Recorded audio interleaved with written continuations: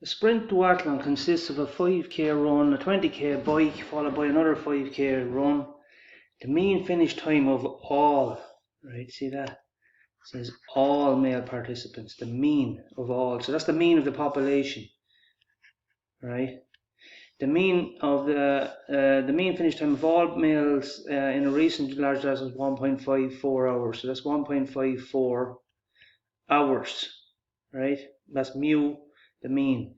And the standard deviation, that's also the standard deviation or the measurement of spread for all. So that's the population standard deviation, sigma equals 0.22. And that's the same units as the mean, that's hours. The distribution of finish times for males is right skewed. So that's if we could see them all on a graph, it wouldn't be normal like this with one kind of symmetrical. Right skewed means the tail of the mouse will be going out like this, be dragged out this way, right? Suppose that a sample of 30 randomly selected male participants is selected. So the sample size is 30. Say we're drawn 30, right? So n equals 30. We're sampling from this. Is the number 1.54 a statistic or a parameter? Well, 1.54 is to do with the population. Population P is always a parameter, right? So we could write there 1.54 is population parameter as it is the mean of all finish times for males, something like that, right? So think P for parameter, P for population, S would be for the sample. Statistics come from the sample. Okay, now we're moving on to part 2. Suppose that the process of drawing samples of size 30 from the population of all male participants is repeated 100 times.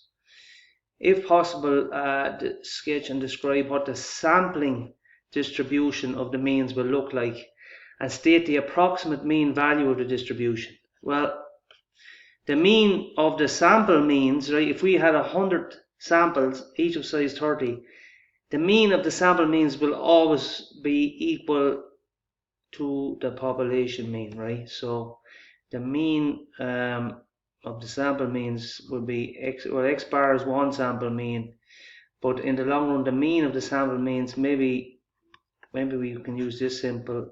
I'm not 100% sure. Let's say the mean of the sample means will be equal to 1.54. In the long run, we expect the mean of the sample means to be equal to the population mean.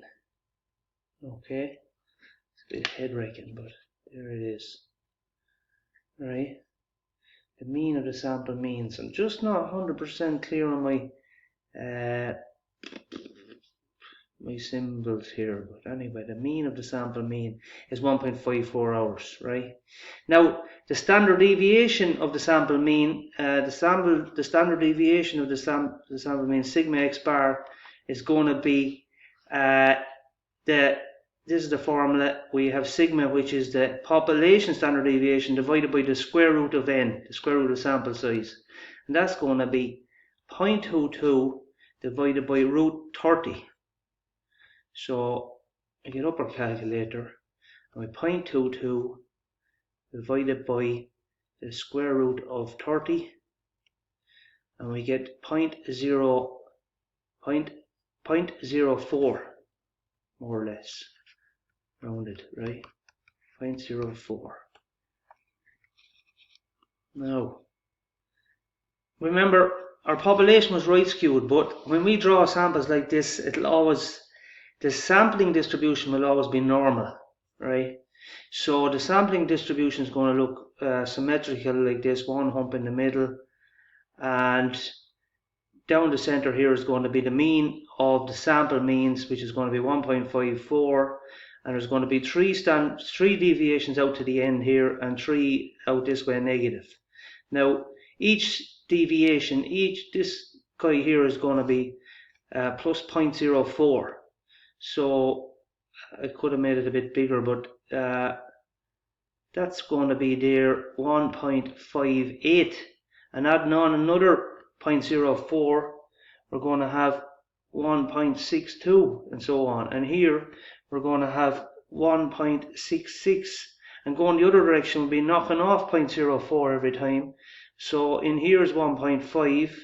And the next one back is going to be 1.46. And here is going to be 1.42. Right? So round 10 years, 1,000, you know, what does it say there? Recapping, sketch and describe what the sampling distributions will look like. Well, this is a rough sketch, but it's correct. Well, I think it's correct. You know, you never know what these things, but so the mean of the sampling distribution is going to be 1.54 hours, the same as the population mean.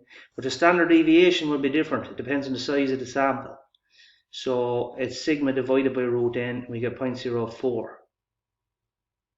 You know, that's a pretty decent answer there. I'm going to leave it there.